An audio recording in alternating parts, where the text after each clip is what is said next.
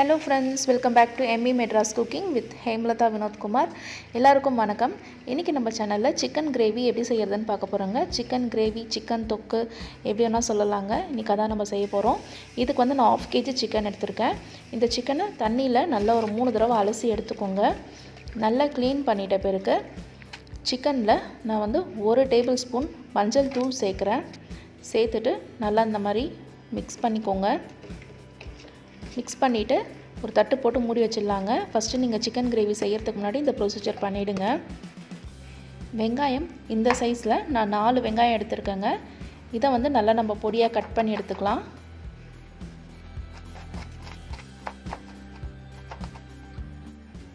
தக்காளி பாருங்க, நான் இந்த சைஸ்ல 4 தக்காளி பழம் எடுத்துர்க்கேன். இதையும் வந்து நல்லா பொடியா கட் பண்ணி எடுத்துக்கலாம். இப்போ ஒரு மிக்ஸி ஜார்ல நான் இந்த அளவுக்கு இஞ்சி எடுத்துர்க்கேங்க.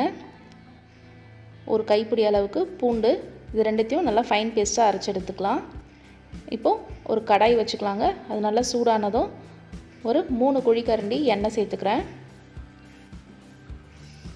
எண்ணெய் நல்லா சூடானதும் ஒரு ஸ்பூன் கடுகு, ஒரு ஸ்பூன் சோம்பு சேர்த்துக்கோங்க. நல்லா பொரியட்டும்.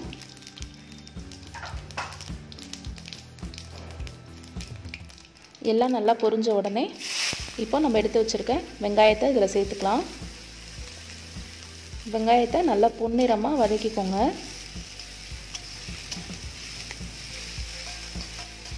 இப்போ இது கூடவே கொஞ்சமா கறிவேப்பிலை சேர்த்துக்கறேங்க. இதையும் சேர்த்து நல்லா வதக்கிக்கலாம். இதுக்கு தேவையான அளவு உப்பு சேர்த்துக்கலாம். உப்பு சேர்த்தீங்கன்னா வெங்காயம் கொஞ்சம் சீக்கிரமா வதங்குங்க. அதனால உப்பு சேர்த்துட்டு நம்ம வதக்கிக்கலாம். வெங்காயம் பாருங்க நல்லா இந்த அளவுக்கு வதங்கி வரும்போது இஞ்சி பூண்டு பேஸ்ட் நம்ம ஆட் பண்ணிக்கலாம். இப்போ இதையும் சேர்த்து நல்லா பச்சை வாசனை போற அளவுக்கு நல்லா வதக்கிக்கலாங்க. இப்போ இது நல்லா வதக்குன உடனே நம்ம அரிஞ்சு வச்சிருக்க தக்காளி பழத்தையும் இது கூடவே சேர்த்துடலாம். சேர்த்துட்டு தக்காளி வந்து நல்லா குழைய வர அளவுக்கு நல்லா நம்ம வதக்கிக்கலாங்க.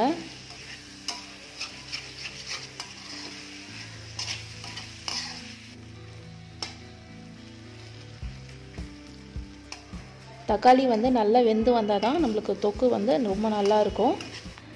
பாருங்க இந்த அளவுக்கு நல்லா வதக்கி எடுத்துக்கோங்க. இப்போ வந்து நம்ம chicken ஆட் பண்ணிடலாம். நம்ம மஞ்சள் தூள் போட்டு வச்சிருந்த chicken நல்லா 2 தடவை அலசிக்கோங்க. அலசிட்டு இப்போ நம்ம இதல சேர்த்துக்கலாம்.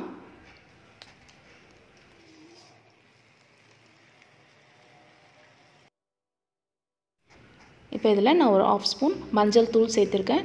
சேர்த்துட்டு நல்லா வதக்கிக்கலாங்க. இந்த சிக்கன்ல இருக்க ஈரம்லாம் போற அளவுக்கு நல்லா நம்ம வதக்கிக்கலாம். அப்பதான் வந்து அந்த நீச்சு ஸ்மெல் வராது. நல்லா இந்த மாதிரி வதக்கிக்கோங்க. பாருங்க நல்லா வதக்கியாச்சு. இப்போ வந்து நம்ம மசாலா எல்லாம் ஆட் பண்ணிடலாம். இப்போ இதல நான் குழம்பு மிளகாய் தூள் ஒரு 4 டேபிள்ஸ்பூன் இதல சேர்த்துக்கிறேன். குழம்பு மிளகாய் தூள் எப்படி அரைக்கணும்னு சொல்லிட்டு நான் வீடியோ போட்டுருக்கேங்க. அதோட லிங்க் டிஸ்கிரிப்ஷன் பாக்ஸ்ல இருக்கு. செக் பண்ணிக்கோங்க. உங்ககிட்ட குழம்பு மிளகாய் தூள் இல்லனா 1/2 ஸ்பூன் வெறும் மிளகாய் தூள் சேர்த்துக்கோங்க. 2 ஸ்பூன் தனியா தூள், 1 ஸ்பூன் ஜீரகத்தூள் சேர்த்துட்டு நல்லா இந்த மாதிரி mix பண்ணிக்கோங்க. ஆனா நீங்க வெறும் மிளகாய் தூள் போட்டு செய்யறதை விட நீங்க இந்த மாதிரி குழம்பு மிளகாய் தூள் சேர்த்து செஞ்சீங்கன்னா ரொம்ப நல்லா டேஸ்டா இருக்கும் உங்களுக்கு. இந்த மாதிரி நல்லா வதக்கிக்கோங்க. இப்போ உப்பு பத்தல, நான் உப்பு கொஞ்சம் சேர்த்துக்கிறேன். காரம் உப்பு எல்லாம் செக் பண்ணிக்கோங்க. இது நல்லா கிளறிட்டு நம்ம சிக்கன்ல தண்ணியை ஊத்தி வேக வச்சிடலாம். உங்களுக்கு வந்து குழம்பு நிறைய வேணும் அப்படினா நீங்க ஒரு 2 கப் தண்ணி கூட நீங்க ஆட் பண்ணிக்கலாம். இப்போ நான் வந்து 1 கப் தண்ணி ஆட் பண்ணிருக்கேன். ஆட் பண்ணிட்டு நல்லா இந்த மாதிரி mix பண்ணிக்கோங்க. உங்களுக்கு கிரேவி வந்து திக்கா வேணும் அப்படினா நீங்க தண்ணி கம்மியா ஆட் பண்ணிக்கோங்க. இப்போ எல்லாம் நல்லா mix பண்ணிட்டு நம்ம லிட் போட்டு மூடி வச்சிடலாம். பாருங்க இந்த மாதிரி நல்லா கொதி வரும்போது நம்ம லிட் போட்டு மூடிடலாம். நான் வந்து ஒரு 5 நிமிஷம் அந்த மாதிரி மூடி வச்சிட்டு ஓபன் பண்ணிருக்கேன். பாருங்க நல்லா மசாலாலாம் நல்லா குக் ஆயிடுச்சு. இப்போ வந்து ஒரு தடவை நம்ம கலரிடலாம் இத.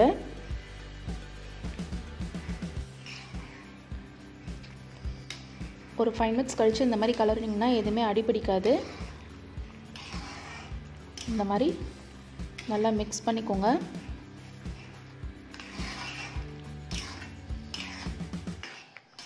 இப்போ இதை இன்னும் ஒரு 5 minutes நம்ம குக் பண்ணி எடுத்துக்கலாம். இப்போ லிட் போட்டு மூடி வச்சிடுறேன். ஒரு 5 நிமிஷம் நல்லா கொதிச்ச உடனே இப்போ பாருங்கள் சிக்கன் எல்லாமே நல்லா குக் ஆகிருக்கும். எண்ணெய்லாம் பாருங்கள் எப்படி மேலே வந்திருக்கு. ஓப்பன் பண்ண உடனே நல்லா கமகமன் வாசனை வந்தது. இப்போது இதில் பெப்பர் 1 ஸ்பூன் சேர்த்துக்கலாம். உங்கள் காரத்துக்கு ஏற்ற மாதிரி நீங்கள் ஆட் பண்ணிக்கோங்க. நான் வந்து 1 ஸ்பூன் ஆட் பண்ணியிருக்கேன். நீங்கள் இன்னும் காரம் நல்லா சாப்பிடுவீங்கன்னா நீங்கள் இன்னும் 1 ஸ்பூன் கூட நீங்கள் ஆட் பண்ணிக்கலாம். இப்போ இதை நல்லா மிக்ஸ் பண்ணிக்கலாம். மிக்ஸ் பண்ணிவிட்டு ஓப்பன்லேயே வச்சுட்டு ஒரு 5 minutes நம்ம அப்படியே லோ ஃப்ளேமில் வச்சுட்டு ஓப்பனில் வச்சிடலாம். இப்போ இதில் பொடியாக கட் பண்ண கொத்தமல்லி சேர்த்துக்கோங்க.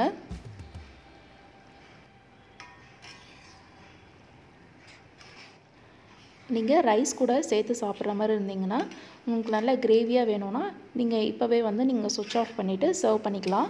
அப்படி இல்லைன்னா ஸ்டவ்வை கொஞ்சம் மீடியம் ஃப்ளேமில் வச்சுட்டு நல்லா இந்த மாதிரி வதக்கி எடுத்துக்கலாம். பாருங்கள் இப்போ கிரேவி பாருங்கள் எவ்வளோ நல்லா திக்காக இருக்குன்ட்டு.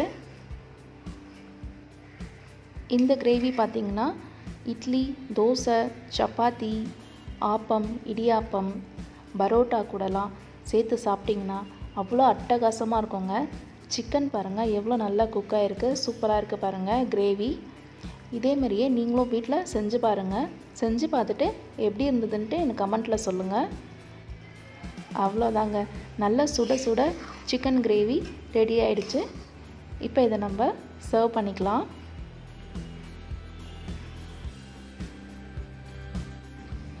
இந்த வீடியோ உங்களுக்கு பிடிச்சிருந்ததுன்னா லைக் ஒன்று கொடுங்க.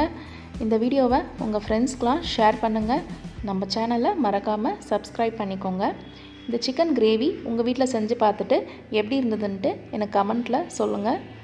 தேங்க்யூ. Bye bye.